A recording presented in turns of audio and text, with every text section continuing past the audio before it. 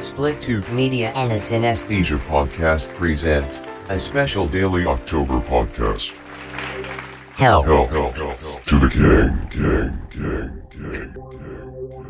Hey, win! Waiting for this? Is this what you're looking for? Sure. Because this is what I'm here to give you. Hey, before anything, I'm just waiting for this to start. And we're back. Here. Wait, Jim, where did you go? I was hiding. I was hiding underneath my Skype screen. I had a rug delivered this evening. By rug, you mean toupee, yes?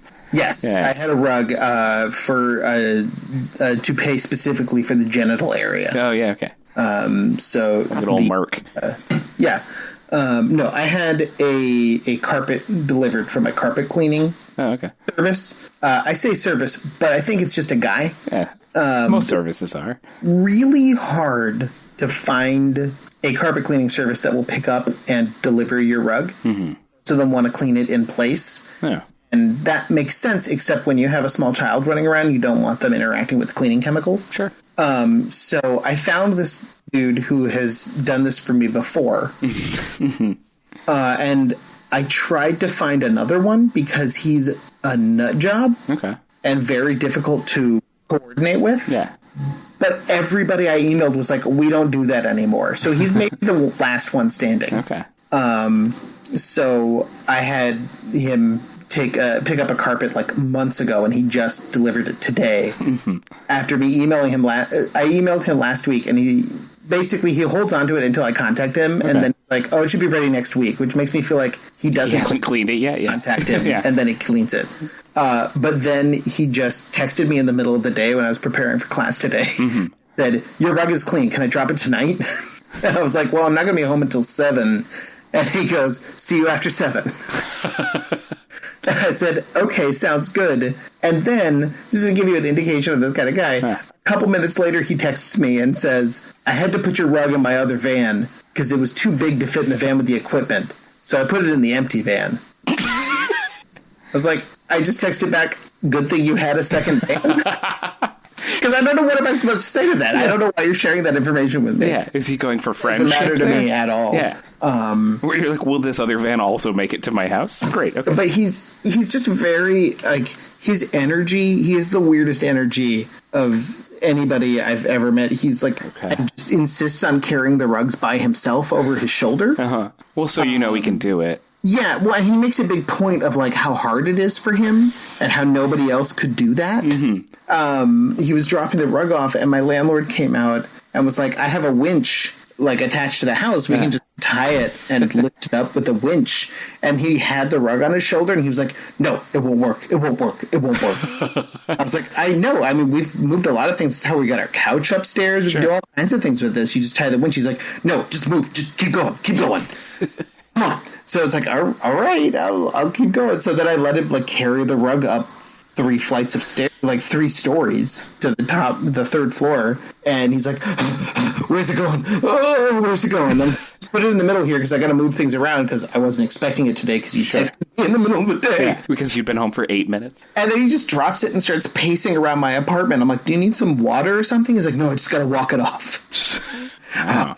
And he's like, "Most people couldn't do that." I'm like, "Yeah, that's why I'm always surprised that you do." Yeah.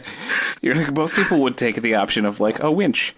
So anyway, I cut him the check and I walked him back down, and he was just basically exhausting and very distracting to deal with. And I tell you that partially because he's funny, but mainly because it sets up me coming back upstairs from all of that. Yes. And opening the door to Lucy and Gus crouching down inside the door and yelling, "Surprise!" To which I yelled, "Holy fuck, Chicago!" And then I had to switch on a dime because I could tell Gus was like, "What just happened?" Yeah, he was like, "This was a fun game." "Oh, you scared me so much, buddy." And then he started laughing, but, like, Honestly, I almost died of a heart attack. Yeah. I was so distracted and so not ready for it that it scared the shit out of me.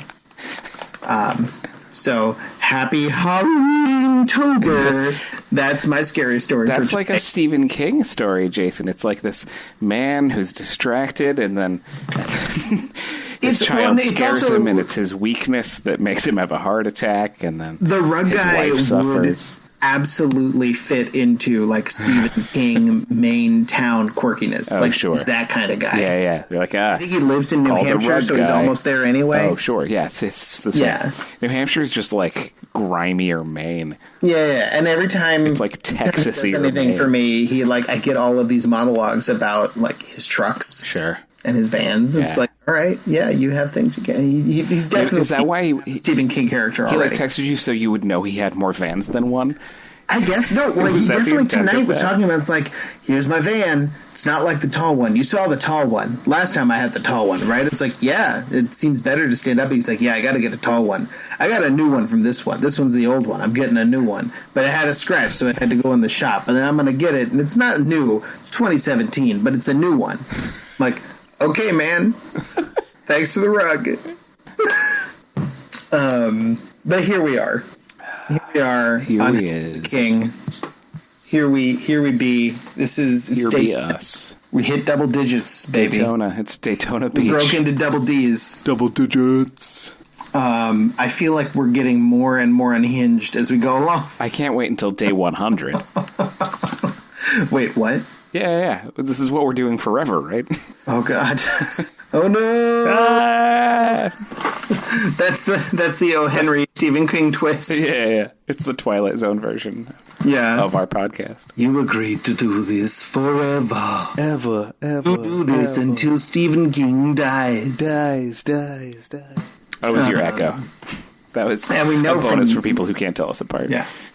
I saw there's a picture of Stephen King online the other day wearing a shirt that at first glance looked like bad camouflage, but when you looked closer, it was dozens, if not hundreds, of wolf faces. Stephen King. He's still kicking it. He's still he knows. Living large. Yeah, he's a. I do, even after the number of terrible films we've watched so far, and there've been a few. Yes. I still have such affection for him. Yeah. I have always had a lot of affection for him, despite having never even read anything he's written. I've never interacted with him as a primary creator. I mean, unless you count like Maximum Overdrive or the movies, right? But just as a being that exists in our world, I'm happy that he's here. Yeah, exactly. But let's talk about Silver Bullet. Okay. Coolers.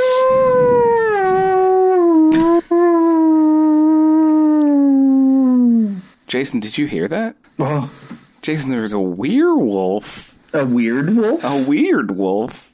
I've been trying to get Gus to howl with me. Oh, is he doing it? A little bit. He goes like... So good. It's really beautiful. Soon we'll have morning howls like I used to have with my dad. Yeah, someday you guys will run as a pack. Yeah. Welcome to Hell to the King. I probably introduced this already, and I'll edit this out. But if I didn't, there'll be two introductions. No, because this just started. I will insert it. Well, we started before, and I'll probably introduction because I think you did something that made me laugh. Oh, really? Or it was the last episode. Farted. I don't know. Made a fart joke. Yeah, you farted. Who farted? The werewolf farted. The werewolf. That's where all this fog came from. We are here talking about our 10th movie? No. I think we already hit 10. Did you make a big deal about double digits at one point? I did, and then we started talking about everything else. That was before we digressed for That's why I'm probably going to keep that introduction. Because we hit double digits, and then I started talking about carpet delivery because I wanted to get to the part where that scared me. Oh, right. Because it was a jump scare. Silver Bullet. Silver Bullet, adapted from Stephen King's Cycle of the Werewolf. Wait, really? Yes. Which was originally... Oh, go ahead. Like Motorcycle of the Werewolf? No, that would be... Is that what he's riffing? No. Oh, so the origin of this is maybe one of the funniest of all of the Stephen King source materials. Okay. Cycle of the Werewolf started as, I believe, a calendar No. that he was making for friends, Okay. where each month would have a little vignette about a werewolf or like adjacent to a werewolf. So it Sure. wasn't the whole story. Right. It was just like, in January, there's 5 paragraphs. In Right, February, these other moments. And then the calendar was optioned to be made into a movie. Wait, is that real? I'm... Like, this is not based on a short story. This is based on 12 vignettes spaced throughout a calendar. Well, so it gets more complicated. But at the beginning of the production of this movie, Yeah. that is, to my understanding, what had happened. That's the most beautiful story I've ever heard. It had been optioned. And honestly, this movie would have been better if it had been adapted as if it were a calendar. I want to watch dogs and cats getting along. The calendar. The feature film. Can we adapt a calendar? Yes. Can we make a 12-month movie? Please. Vignettes? Yes. Throughout a year? Yes. Okay. Let's put that in our pitch file. Done. So the calendar was optioned, and King, I think at that point in time, already thought he was probably going to turn it into a novella or Sure. novelette. I don't know what the technical difference is. I'm sure it's word count. But he hadn't done it yet. Mm-hmm. So the initial director hired for the film to work adapting the calendar. Mm-hmm. Do you know who the initial director was? I don't know who any director was. I shit my pants when I found this out. Okay. Don Coscarelli What? was originally hired by Dino De Laurentiis to make this movie. That's amazing. And started by adapting the calendar. Oh, I want to watch Don Coscarelli's Werewolf Calendar, the movie. Well, Where is it? possible. How can I see that? It's possible that you did. Here's the thing. There is it is unclear and debated how much of the movie Don Coscarelli shot. Okay. Don Coscarelli at certain times has suggested that he shot none of it. But I think that the production schedule renders that unlikely and impossible. But my understanding is he definitely shot something. Okay. There are stories that he shot literally everything that wasn't a werewolf shot. Okay. Because what's his name? Carlo Rambaldi? Sure. The name Credited of director, who knows? the creature maker. Oh. It's the guy who made E.T. Oh, okay. Was hired to make the werewolf for this. And he's an old Italian special effects guy. Carlo Rambaldi. He was taking a while making the wolf. And he was, my understanding, again, limited internet research, is that there were disagreements between Stephen King and Dino De Laurentiis as to what the wolf should look like. Okay. King's original story, at this point in time, the novelette's been finished. So we have a story to work with. So it's like Coscarelli starts adapting the calendar, then the novelette gets finished. It goes back to whoever... I think King ended up writing the screenplay for this movie, too. Okay. So Coscarelli's adaptation gets thrown out and King writes his own screenplay. The original story had the werewolf being almost human and growling in almost human words. Okay. So and Dino didn't like that. He had it cut out. And supposedly when Dino finally saw the werewolf that Rambaldi made under King's direction, he hated it. Okay. But it was super wimpy. It just looked like an anemic black bear that he did not want to shoot with it. Okay. And there was a huge fight, and Stephen King insisted that this is the way the werewolf had to be, and Dino, I think, looking at the budget sheet, was like, fine, we'll shoot with it. But by that time, Coscarelli had left because he was just sitting around waiting to shoot. Sure. Werewolf While scene. these other dudes were just fighting. All right, I'm leaving. So then they got a TV director, Okay. Dan Attias. This is his only film credit. Okay. To come in and direct the rest of it. And so I don't think that all of that is true. Sure.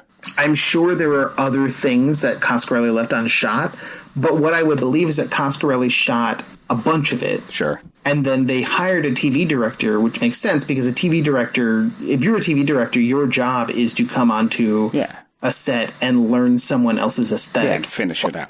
I will say, I looked up the director of this and because I was surprised at how well directed it was.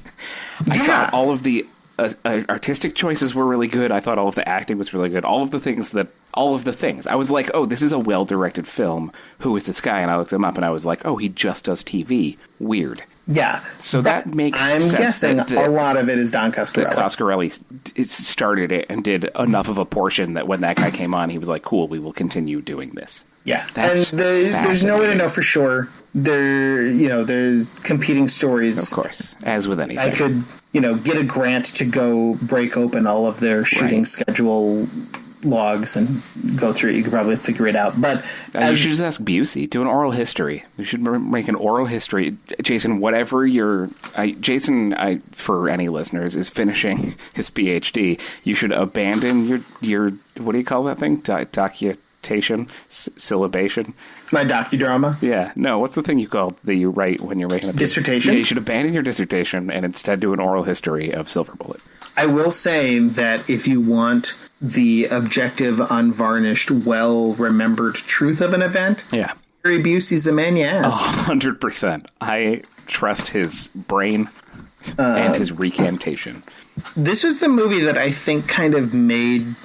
Well, I mean, Gary Busey had been around, but I think this was where people were really like, hey, that guy. I believe it. He really throws down in this movie. Supposedly improvises a lot of his lines. Not shocked. Or he had a deal, I guess, where he got to improvise at least a take on every... And some of them are probably in there. And some of them are in the movie. So, Silver Bullet, it's a story of some kids in a town, and there's a werewolf. That sounds like Stephen King. And Werewolf is a little weird for Stephen King, but everything else, you're like, oh, a little New England town, there's some kids. Stephen King. Well, it makes sense, too, that it was like a calendar for friends. Yeah, of course. What can I do that I haven't? I'll do a werewolf thing. Yeah. Jim, this movie was pretty boring. I disagree. I really enjoyed this movie. I really enjoyed it. I have issues with it. I think the voiceover is inane. I think that there's like weird forced sibling bonding at the end. The sister really gets a raw deal in it. And I think that they show way too much of their terrible werewolf creature. Yes. Well, that's Dino. But Dino, those quibbles aside, I thought it was a great movie. Okay. Yeah. Okay. I mean, I will agree the sister gets a raw deal, especially because it's the great Megan Fellows as the sister, who I thought was doing a bang-up job. When she's on screen, you're like, she should be in this movie more. But it's like, it's this whole... It's interesting because she, in life, is getting a raw deal, right? It's like the parents care a lot about their son and don't care about her even a jot. And Gary Busey barely even talks to her. And she's just unacknowledged by everyone in the film. But I find her the more interesting character. 100%, yes. And I thought, because she was narrating it, and because it started on her, that she was going to be the main character. No, she's barely in it. So that bummed me out. Agreed. Corey Haim was totally good. He's fine. I realized watching it that I hadn't... Somehow I'm the age I am, but I never really ingested Corey Haim. Same. I'm aware of him, but I never sought him out for sure. But, like, I get it. I get why he was a thing. Yeah, he did a good job for a, 13-year-old or whatever. He's like, he has a lot of fun bits where he has to pretend his legs don't work. And you're like, oh, yeah, he's doing that just fine. Yeah, sure. But I didn't care that much about a lot of it. I don't know. Let's start positive. Yeah. What did you like about this movie? I mean, most of it. I mean, Gary Busey, I feel like it really just like stomps his way through the whole film and is super delightful to watch. I think that the casting is really good overall. I think everyone looks like they could be related to Gary Busey. I'll give you that. I think having a dirt bike wheelchair is genius, and I love his first dirt bike wheelchair, and then I love his second dirt bike wheelchair even more. The priest doesn't show up until halfway through the movie, but as soon as he shows up, he just smolders all over it. I mean, I think it's a little clumsy, right? It's like they don't introduce the man who is the werewolf. Sorry, spoiler alert. Until halfway through the movie, I think because it's super obvious that he's going to be the werewolf. I would go even further. Yeah. They introduce him in the first scene. Do they? Not the first scene. The first scene is the guy at the train tracks getting killed. Yeah. But they introduce him in the town picnic. Oh, okay. Walks up to the podium and starts talking. Oh, yeah. It was at that moment that I knew he was the werewolf. As soon as he shows up, you're like, oh, he's the werewolf. Within like 10 minutes of the starting of the movie, which is one of the issues I have with this movie. And then they dip him out for a while. No suspense whatsoever. Here's what's up, though, Jason. That fits with my theory about Stephen King being like, here's what's going to happen. Let's go. Sure, but then let's do more with it, because a lot of the time spent in between there, it wasn't time I was really happy to spend. But you can go back to the positive. Talk more. I feel like everyone really smolders when they're on screen. I think that priest is so good, and that the daughter kid is so good. Everett McGill is amazing. He's amazing, and I really enjoyed my time with everyone. Corey Haim maybe the least, but even him, I thought he was fine. There's a bunch of, there's that, like, the whole thing with that guy whose kid gets killed and then they get into a big fight in the bar, and I thought that was really charming. I love the guy who throws down at the sheriff, the like sad, terrible sheriff. And there's the rowdy guy who's like, we're going to kill us a werewolf. And the sheriff's like, no way. And that guy's like, how dare you stop this mob? That whole scene I thought was great. And then when they're out in the fog and the werewolf steals the bat from a guy, and it's just like arms popping up out of fog, smashing each other like a Scooby-Doo cartoon. It's amazing. I think... and when the priest has a vision of his whole congregation turning into terrible, goofy cartoon werewolves, I think that's super delightful. I think most of the bits in this movie are really charming. So I don't disagree with you entirely. First of all, first note, he doesn't just steal a bat from a guy; he steals it from Lawrence fucking Tierney. Yes, which is a whole different thing. I agree with you about the scenes that you highlight as being good. The thing you are maybe not remembering is that those are 20 minutes in the middle of a movie. Yeah. There's a lot of movie on either side of it that isn't any of those scenes. Well, I forgot about that part of it. I loved all of the scenes that you're talking about. It felt like it took forever to get to each one. That's probably not incorrect, but for me, there was enough joy in this movie and I wasn't so bored when it was boring, that it was overall a good experience for me. I spent most of the movie being like, oh, this is a pretty decent Stephen King movie. And I do think it's shot well, and I think it's pretty. I think except for, it's really those things I said at the beginning. Except for, I think they should show that creature less. I think when they're not showing it, it's good. And then when they're pointing camera straight at it, it's terrible. And that voiceover is so clumsy. And that is another issue of, as much as we might have deep love in our heart for Dino De Laurentiis. Yes, which we do. That was an argument that Stephen King lost. He wanted Werewolf to be shown less. And Dino wanted the werewolf to be in every shot. Yeah, of course. Because it's the werewolf, and I paid to have this creature made, and that's what people want to see. That is the tradition Dino comes from. Yeah, but I agree that like the best werewolf scene by far is the fog scene. Yes. Because it's the funniest and the scariest. Yeah, both. It's always a great mix. Right. Also, you're seeing that vigilante dude get his comeuppance. Yes. And I regret seeing Lawrence Tierney die, of but course. when he dies is super funny. Super good, yeah. I did really appreciate that the werewolf consistently decides to try to beat people with a bat. Like, that's a funny thing to have a werewolf do. Yeah. Like, even past that one scene where he happens to get a bat, he then uses it again later because he's like, this is fun. Yeah. But it just felt so stilted and kind of wrapped in cotton for me for a lot of the movie. Yeah. Like all of these things that I felt like I kept feeling like I should be loving this movie. Yeah. Fucking Everett McGill, Big Ed from Twin Peaks is a werewolf preacher. Yeah. And Terry O'Quinn, the creepazoid Locke from Lost and everything else he's been in, is the sheriff. And I didn't recognize that guy, but I thought he was great. Yeah, no, he like the acting's really good. Yeah. The production design is really good. Yeah. The monster scenes are actually pretty well done, but it just felt flat to me in so many ways that it was it disappointed me because it felt like it had such promise. Yeah. The dream sequence where everybody turns into werewolves, great. The fog scene, great. Yeah. Scene in the bar where the dad, everything with the dad. Yeah, that dad is... The dad of the obnoxious kid that gets killed. Yeah. The fact that the obnoxious kid gets killed. Right. Great. Yeah. Fucking hated that kid. Yeah. But then they made me care dying. about that kid. They made me care about that kid dying because the sheriff and the dad act so well. Yeah. The dad goes next level bonkers, screaming at the corpse. Yeah. And then his bits in the church and in the bar. Like, oh my God, that almost completely rescued the film for me. But it did just like it was fine. It wasn't terrible. Sure. It certainly wasn't as bad as some other movies we've seen, but it was kind of like, this should be working better than it is. That's reasonable. That's a reasonable feeling.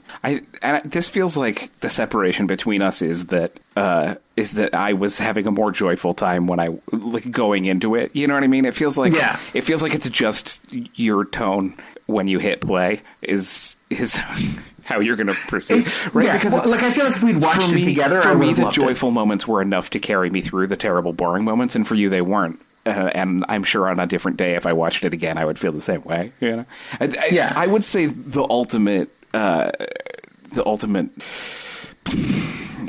consensus on this film is that it should be cut down to 45 minutes long, and then it would be great. Yeah. No, I mean, I was watching it alone late at night, and I definitely thought multiple times I could go to sleep instead. Oh, for sure. Yeah, if I'd wanted to go to bed when I was watching it, I would have gone to bed. And I always want to go to bed, Jim. Yeah. I want to go to bed right now. You can't. We're podcasting. But if I'd been watching it with you, I probably would have loved it. Sure. I'd probably be talking to people about how amazing this movie is because it had the fucking fog sequence. Yes. As Corey Haim shooting a werewolf in the eye with a firecracker. Yeah. Which can we Gary Busey just Busey all over the movie. Busey all over. There's that beautiful moment where Gary Busey. There have been attacks during full moons, and people think it's either a werewolf or just a crazy person who's murdering people during full moons. And Gary Busey's like, "Hey, nephew, whose legs don't work, here's some fireworks. Go shoot them off on the night of the full moon. Have a good time." Which is insane. That's insane. There's so many things. Yeah, and he makes this whole thing of stay close to the house, and it doesn't. Yeah, but also you're not going to stay close to the house. You're shooting off fireworks. Your mom will see. I appreciated how consistently irresponsible the Busey character was. It's like a drunk uncle. He's exactly the uncle I would like to be. I mean, I'd like to be a little less genuinely alcoholic than his character is, but aside from that... Jim, it can happen. Yeah. You're that uncle to my son. We just need to get you at the same place. Closer is the issue. Yeah. I'm also. I could be that uncle to my literal niece, also, but no, that's true. You have actual nieces, but your son is also my nephew. Yeah. Whether he likes it or not. Come do dangerous things with him that I'll get mad at you about. Oh, please, yes. Okay, I'll just move. Side note, I did just apply to a job. No, I haven't. No, I did. I just applied to a job in Boston. We'll see. Yes. And also a teaching job at Bard, Jason. Oh, I'm so jealous. Is it a good idea? I don't know. It's a good idea because I get to hang out with Kelly Reichardt. I know, and then I'll be so jealous. Maybe she'll marry me. She should. And then I can divorce her and be a Busey to your kid. Yes! No, everything will work out. I also would love it if you became friends with Kelly Reichardt because I can't think of anybody who makes more opposite the films than you do. Yeah, that's fair. I love both of your films so much, and they could not possibly be more different from one another. That's true. You see, this is completely tangential, and I unfortunately drank enough sake that I lost track of the actual time that we spent on this last two episodes. Because we did a Hartman episode for no reason. I don't know where that's going to go because we only have 31 days. We'll just do 2 in one day, man. Who cares? People can deal with it. Double day! Yeah. And now I forgot what I was going to say, so it doesn't even matter. I forgot. I had one other thing I wanted to say also, but I don't remember. Yeah. It was just about Busey. It's good. It's good time. Good times. I feel like we've done Silver Bullet what we need to. It would be pretty great if I listened back to this and it's 15 minutes long and we end with Yeah, we did it. Yeah, it's fine. It's fine. No, I think we said the Or names like, of all oh the my characters. god, I just it's been so long looking at everybody's eyeballs. Yeah. She's looking for the person with one eye, and then she keeps telling us on the voiceover that she's looking for a person with one eye. Here's the thing that I was thinking is there is this like draggy moment where you 100% know who the werewolf is, and they're like, "Who could the werewolf be?" But I did think during that portion of the movie, and a little bit longer, that I was convinced that Busey was also a werewolf, but he was a cool werewolf, and that there was going to be a big old werewolf fight between him and the priest. See, that's a better. But then at the end, he just is an inept guy who can't murder a werewolf. Yeah, which is a Which good is also choice great, yeah. in and of itself. But it does. I feel like it does point to when you spend time in a movie Inventing a better thinking ending a lot than it's going to about have. what the better movie would be. Sure. Then that's a problem. Yeah, no, I agree. Definitely spent a lot of time being like, well, it's too obvious that Yeah. the priest is Right, so it must be someone So else. he must have a connection to the werewolf. Yeah, like yeah. it's his werewolf twin brother, Right. or something, and he sees everything he does and doesn't want it to stop. The one thing I did really like, well, we talked about a number of things I liked, but one of the things I did like that was a very Stephen King-y thing was the Reverend's self-rationale for everything. When he's on the bridge about to murder Corey Haim, Yeah. and he's talking about how he starts to say, I can't kill myself. And in my head, I'm Oh, thinking, yeah. right, because it's it's a a sin. werewolf, and he'll Oh, be a... right, no. No, see, I'm thinking werewolf mythology. I'm thinking like Lon Chaney Jr. in Can't kill Wolfman himself. Spends forever trying to kill himself. like, It yeah. can't happen because he's immortal because he's this wolfman. Yeah. But no, that's not what he means. Yeah.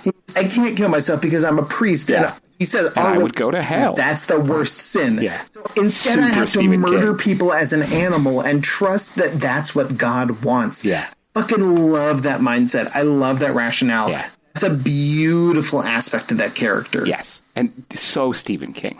So Stephen King. Agreed. None more King. And that's the movie. That is pretty much the movie. Yeah. It's got a werewolf. If anyone who's listening to this wants to edit that movie down to 45 minutes, Oh, yeah. I'll That would download it be- off of Vimeo before they take it down. It would be a great episode of I'll Tim watch it every Side. Halloween. Yeah, exactly. There was something I wanted to say. Oh, yeah. Just in keeping with my new tradition of just reading you the Wikipedia for these fucking movies. So the Wikipedia says, after completing the non-werewolf scenes and not having any clear picture about what would happen with the film, Coscarelli resigned as director and was with Attias. When pressured to either cancel the film or accept the werewolf design, De Laurentiis relented and allowed filming to continue. A modern dance actor was hired to perform the stunts inside the suit, but De Laurentiis was also unhappy with his performance. As a result, Everett McGill wound up acting out most of the scene in the werewolf suit. That's amazing. And I do want to just return to the fact that Everett Gill's amazing. He's so good. So underutilized as an actor in his career. Yes. Should have had so much more. Yes. He did. I'm just off the top of my head, I'm thinking Silver Bullet. I'm thinking The People Under the Stairs and of course Twin Peaks.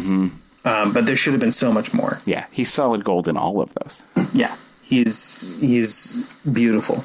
But yeah, I don't think I have much else. Busey gonna abuse. Busey's gonna abuse. This is another fun example of a dude who was an actor making interesting choices, but they were strange enough that later in his career he got stuck in a Busey hole, you know? And I feel like this is the beginning of that. I mean, in this movie, I think he's just acting. And I think that shortly after this movie, he ended up people being like, yeah, do that thing with your teeth. You know? I don't know. I'm not a Busey scholar. Yeah, neither am I. I'm speculating. I don't know when Busey went But off in this movie, he's the canyon. He's putting it down. He's doing the work. He is. It's true. Yeah. It's true. I also did appreciate that they had the scene where Corey Haim calls him and is like, "Oh no, cool uncle, there's a werewolf," and he's like, "What?" And hangs up, and then there's a woman in his bed. He's like, "Who was that?" He's like, "Obscene phone call." It is really good.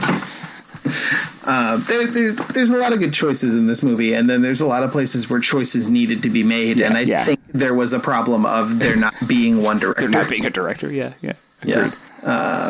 So yeah, we can dream about Don Coscarelli's Silver Bullet. Yeah.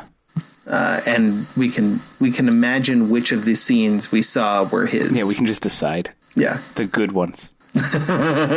although I've seen John dies at the end. I know that Coscarelli's got some bad impulses too. Yeah, I have here actually. I picked this up at Best Buy because I felt the need to revisit. Because the first time I saw these, I did not, or I saw the first one and I was like, I don't know what everybody's talking about. It wasn't that great. Yeah. But then things about it stuck in my mind and I need to go back to it. Yeah. I'm actually in the same place. I've seen 2 of them and I'm like, they're okay. Yeah. Like there's some great things. Yeah. Maybe that's just who Don Coscarelli is. The other world that they're sending people to. Mm-hmm. Like, that's what sticks in my mind the most. Where you get that glimpse of it, where people are just, like, in these little boxes and waddling along as slaves. It's like, what the fuck? Yeah. But the movie as a whole, I was like, I don't know what people are reacting to. I hear the second one is basically, like, a really good remake of the first. Sort of Road Warrior style. Yeah, okay. Although I really like the original Mad Max, so I don't know how much I buy that. Agreed. Once again, we've wandered away from the film, so I think it's time to say we're done. We will be back tomorrow with... tomorrow is the one and only truly Stephen King movie. Maximum Overdrive? Maximum Overdrive. This is a movie I have watched and you have not, and I am excited. I am interested to see it. I'm excited. I've heard some things. We'll see you tomorrow. See you tomorrow. Blow a line. Listen to our episode tomorrow. Kisses of death. That was me dying.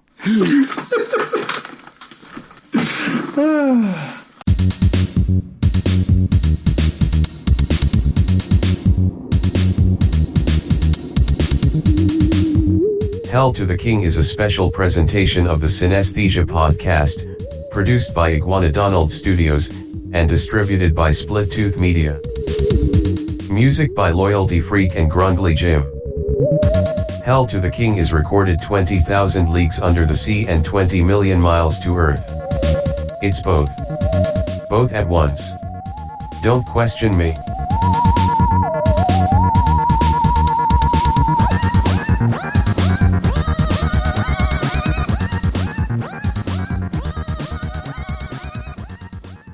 Holy fuck, Chicago!